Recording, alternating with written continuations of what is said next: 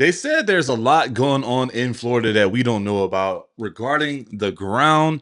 Things are sinking. They have a drought in one portion. Homes are getting built on soft ground. All kind of stuff, guys. Let's just go ahead and check it out.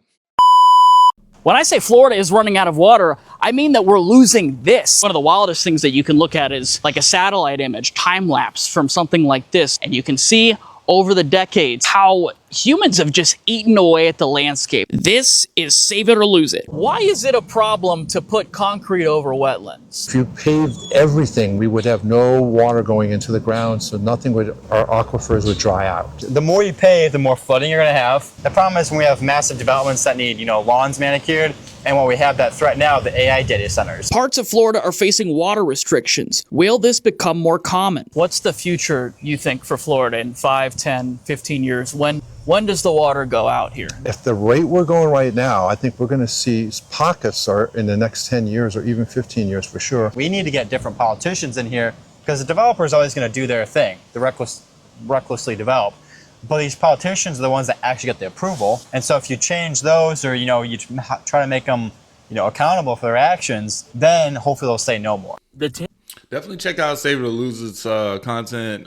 Definitely a lot of good stuff there. But that's crazy. 10 to 15 years where we continue to build and there is not enough water going into the ground there, man. That is insane. And they're wondering why there is water restrictions going on right now. Let's just jump into the next clip where it looks like it's happening in Tampa. Tampa Bay region is running out of water. This week, Pinellas, Hillsborough, and Pasco counties were all upgraded to a level 2 drought warning, which is severe.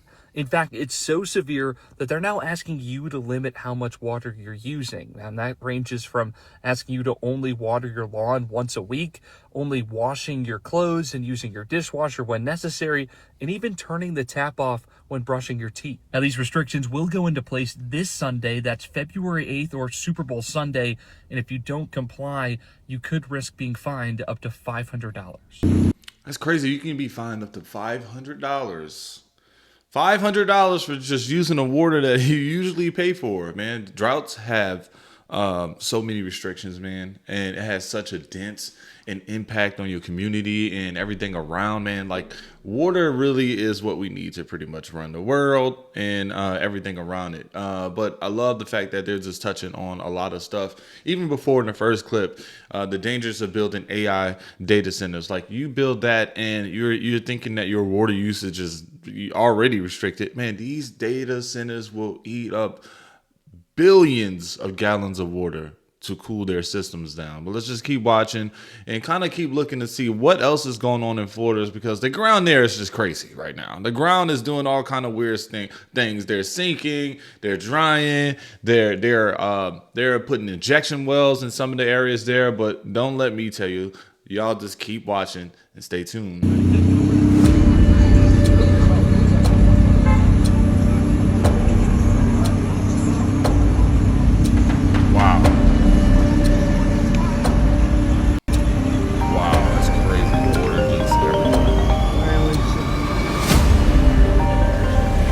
December, a study from the University of Miami studied 35 buildings that were experiencing significant subsidence, the process where the ground sinks or settles. We live in an environment that is very particular, that has very mixed soil. All the report, I think, really did was to highlight something that was known. Mario Verciani is the CEO of Smart Core Systems, a company wanting to problem solve the concerns so many building owners and residents had. Was their space vulnerable to sinking or other environmental impacts? The sooner we know, the earlier we can do something about it, and the less expensive it becomes. The solution? These sensors. 11 of them are in Marenas Beach Resort in Sunny Isles Beach, one of the 35 towers identified in the study. They are monitoring the impacts construction next door could have on the building. To do so, they have two types of sensors installed. One for vibration monitoring, gathering data on any vibrations that exceed thresholds that could lead to cracks or long-term damages. The other sensors are at the foundation of the building, called tilt monitors. They provide real-time monitoring on how a foundation moves or settles. It's information that's invaluable to spaces like this. It really gives peace of mind for us as the operator of the hotel, our residents, our guests, our associates here every day. The real-time 24/7 observations that engineers can access at any time have so far not alerted to anything concerning, a positive sign to what technologies can be adopted to help curb the problem before it starts. Actually sinking.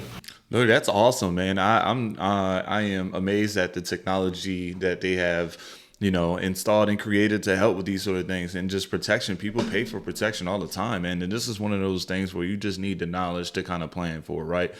It is not going to be easy to take care of an entire building where it's the entire building is a residence, apartment complex, hotel where you spend all this money already to put it up. And then 10 years, you find that there is a lien on this building because the soil underneath it is not, holding its end up the bargain pretty much, man. But I love the fact that they have these monitors. That's a great system that they have in place.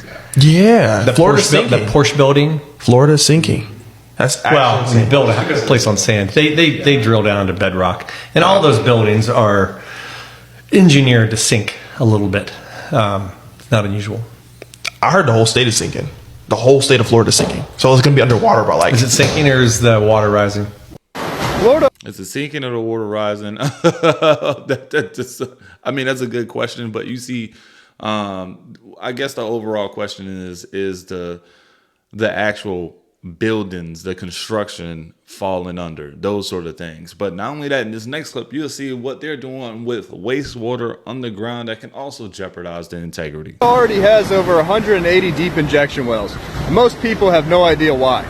Across 24 counties, wastewater is being pumped deep underground, and now more are being planned.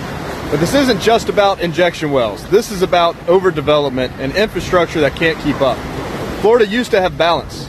People came and went. Systems had time to recover. Now, no one is leaving. We're adding more people without upgrading the systems that support them. Across Florida, sewage spills are getting worse. And at the same time, funding to test our waterways is being cut. So we have more contamination and less oversight. And even when spills happen, like a recent wastewater spill into Sarasota Bay, we're told everything is still safe. But here's the truth. If the system is failing above ground, you don't fix it by hiding it underground. Right now in Sumter, Hillsborough, and Polk County, they're drilling exploratory wells, the first step towards permanent underground wastewater injection. That's what happens when leaders prioritize growth over responsible growth, when they represent developers and donors instead of the people that elected them. Across Florida, people are showing up to city council meetings and county commissioner meetings, and that's exactly what needs to happen. I want clean water. I want safe beaches for my family and yours. And if they won't protect that, we will replace them with people who will. That's insane, man. Building underwater wells to dump all your wastewater to save the beach water around you. Meanwhile, they can't even figure out other stuff that's going on. Let's just dig a hole and put all the dirt in it. Put all the trash in it. That's bad. How is that house so much lower than the rest of them? That's early. I don't think we have to worry about that right now. But look at this, dude. These houses aren't even. I mean, that one was ready for concrete. It ain't ready for concrete no more. Look at this. These dumpsters are floating around the street. Oh yeah, probably. for sure. 100% they are. And it is not done. I mean, it ain't done. I can tell you what. I was supposed to have some guys working on my house today, and they need to get here. The painters are supposed to be here today. So, I want no excuses. It's a brand new neighborhood. Dude, this is pretty crazy. I mean, the water is in that house. Yeah. Those houses are flooded. Yeah. That's all the wood, the framing. That house hasn't even been bought. I mean, the house, nobody's even lived in it. It's not even done. And it's flooded. Goodness. That one, the water's, that's a crappy situation. I need to actually use the bathroom if you can stop for a minute. Well, you want to use the one on the side over here? Yeah, it'd probably be easier to get in and out of. Look how deep that one is. That's bad. So, Florida's always at threat of natural disasters, and it sucks, yes, but we already know they've always on the forefront of getting it. But yet construction still hasn't really changed in the matter. Look at this, man. A whole neighborhood where no one's never even moved in yet.